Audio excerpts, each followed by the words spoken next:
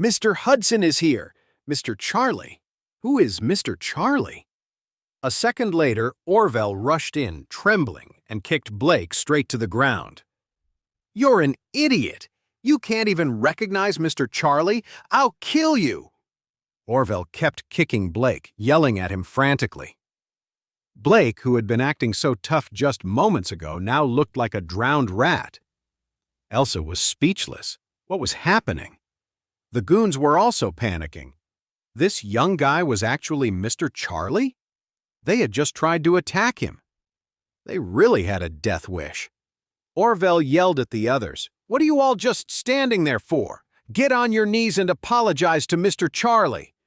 Mr. Charlie, we're so sorry. We were blind not to see who you were. We almost messed with you. Please, let us go.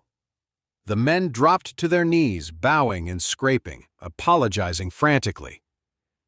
Blake was terrified too. He dropped to his knees and begged for mercy.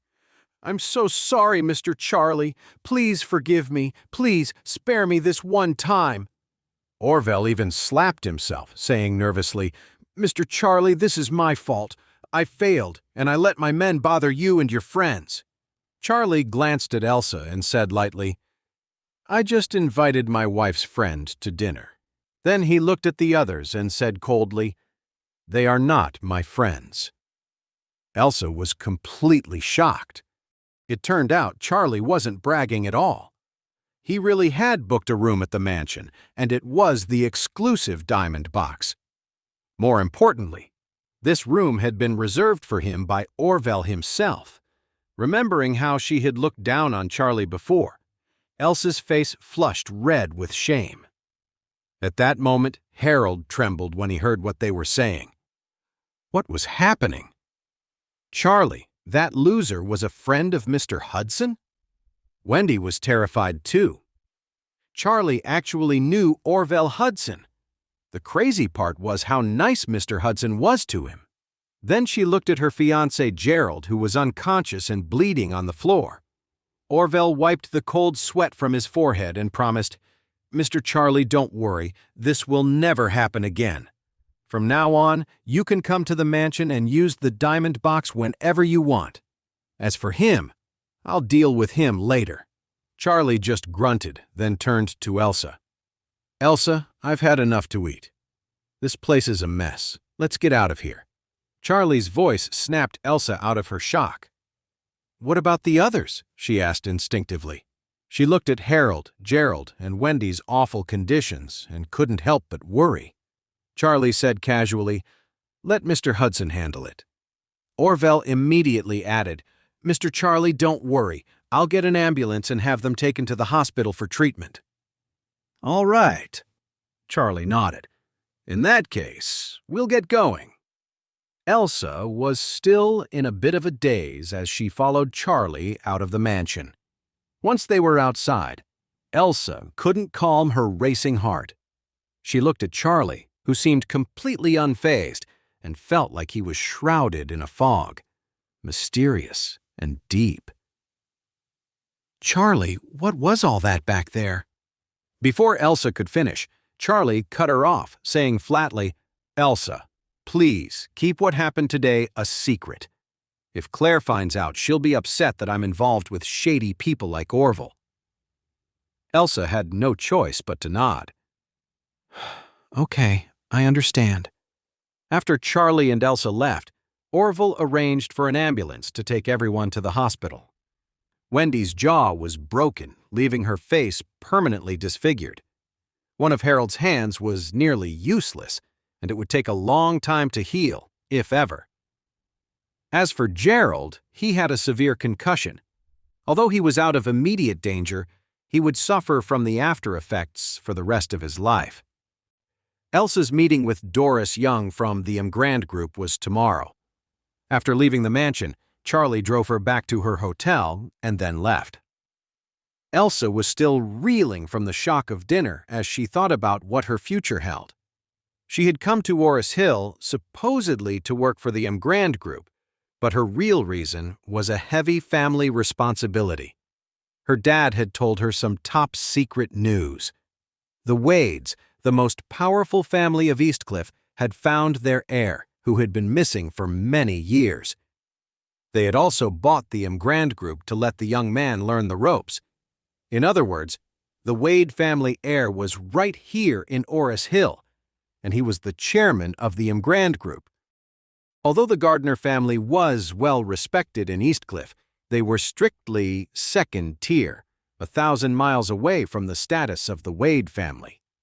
Because of this, the Gardner family was hoping Elsa could use her position to find a way to meet the Wade family heir. If she could start a relationship with him, and that led to a marriage, it would be a huge victory for them. Even though Elsa was repulsed by the idea, she couldn't ignore the immense pressure on her shoulders to revive her family's fortunes. She had traveled all this way to Orus Hill and taken a job at the Grand Group for one reason: to get close to its mysterious chairman and find a way to catch his eye. Back in Eastcliff, Elsa was considered a top beauty among the elite. She was confident that her looks, intelligence, skills, and great figure would be more than enough to capture the attention of the Wade family heir. If she could really marry him, the Gardner family's fortunes would be completely restored. They would secure their place as a top-tier family. Just thinking about it filled her with anticipation for starting her new job tomorrow. At the same time, she was filled with curiosity about the mysterious man from the Wade family. She couldn't help but wonder, how old was this Wade family heir? What did he look like? Was he charming, tall, and handsome? She couldn't resist pulling out her phone and opening her video app. She clicked on a video in her favorites that had tens of millions of views. It was the viral video of Charlie confronting the sales director at Rare Earth with a mountain of cash. She'd watched this video over and over, analyzing it.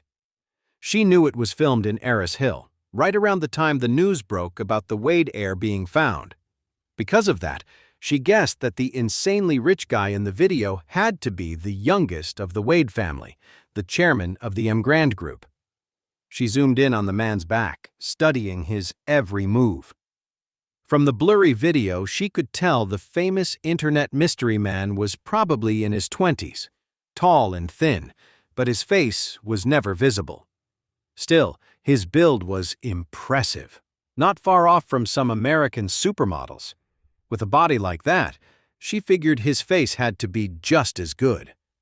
But then, Elsa felt a strange sense of familiarity. Why did this guy's posture seem so much like Charlie's? She dismissed the thought almost immediately. It was impossible. Charlie was just the son-in-law of the Wilson family. What kind of power did the Wilsons have?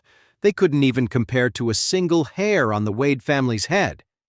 If Charlie really was the Wade heir, why would he be stuck living with a down-and-out family like the Wilsons? She decided she was just overthinking things. The next day, Elsa arrived at the Grand Group bright and early. Vice Chairwoman Doris Young personally handled her onboarding. Doris took her to the administrative department, walked her through her new responsibilities, and then said, "Elsa, if you ever have any questions, you can ask me directly or just come by my office." Elsa nodded gratefully, then asked cautiously, "Miss Young, I was wondering if I might have a chance to meet the chairman? Since I'll be handling administrative affairs for the company, I'm worried I might accidentally overlook something important if I've never met him." Doris was immediately on high alert.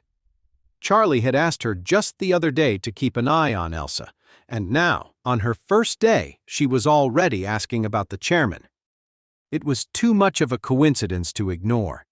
She had no idea what this beautiful girl who had come all this way to work for the Grand Group was really after. She said to Elsa, "Our chairman doesn't come into the office very often, but if he does, I'll let him know. If he wants to meet with you, I'll be sure to inform you." Elsa's heart sank with a little disappointment. But she managed a smile and said, "Thank you, Mrs. Young." As soon as Doris Young was back in her office, she called Charlie to report what had happened.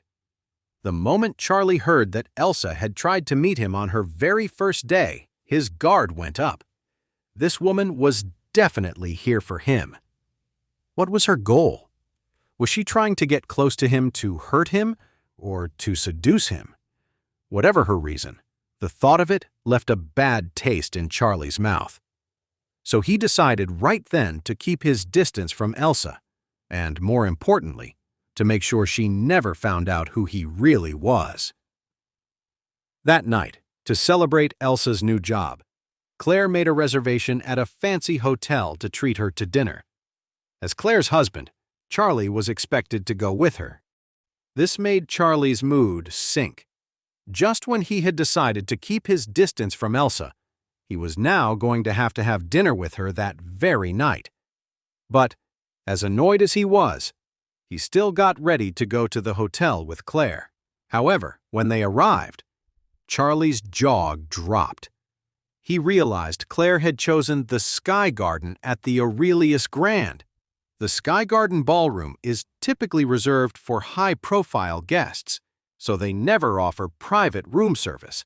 But Charlie had managed to book the entire place for their wedding anniversary, something the Aurelius Grand had never done before, and their anniversary was just 3 days away.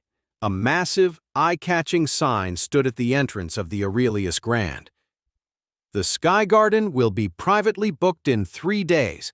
We apologize for any inconvenience, but it will be unavailable to all other guests at that time. Everyone who saw the notice was in shock. Someone had actually booked the entire Sky Garden at the Aurelius Grand? They never did private bookings. It was said that the children of several powerful politicians in the city had wanted to have their wedding receptions there, but they were all turned down flat. Who on earth had enough clout to book the entire Sky Garden? Claire saw the sign and gasped in surprise. Wow! The Sky Garden is actually booked? That's incredible! Charlie, standing beside her, just smiled and said, "What's so incredible? It's a ballroom, isn't it? Of course people can book it." "You don't get it," Claire said, her tone serious. "The Aurelius Grand isn't just some local hotel. It's one of the top hotel chains in the world. Their Sky Garden is their signature feature, and it's meant exclusively for high-end guests. If one big shot books the whole place, then all the other wealthy guests can't use it. That's why they never offer it for private events." With that, Claire couldn't help but sigh. I can't even imagine who this person is. To be able to book this entire place is just amazing. Charlie deliberately smiled and said, "Maybe it's someone who really loves his wife and wants to throw a wedding celebration for her." Claire's eyes widened. A wedding for his wife? Here? Wow, he must really love her. His wife is so incredibly lucky. Hey amazing viewers, it's Charlie here. Thanks for sticking with us. By the time of the release of this video, only 11% of our viewers have joined the party by subscribing, and 89% of you might miss out on our next mind-blowing video. So what are you waiting for? Hit that subscribe button and join the exclusive club.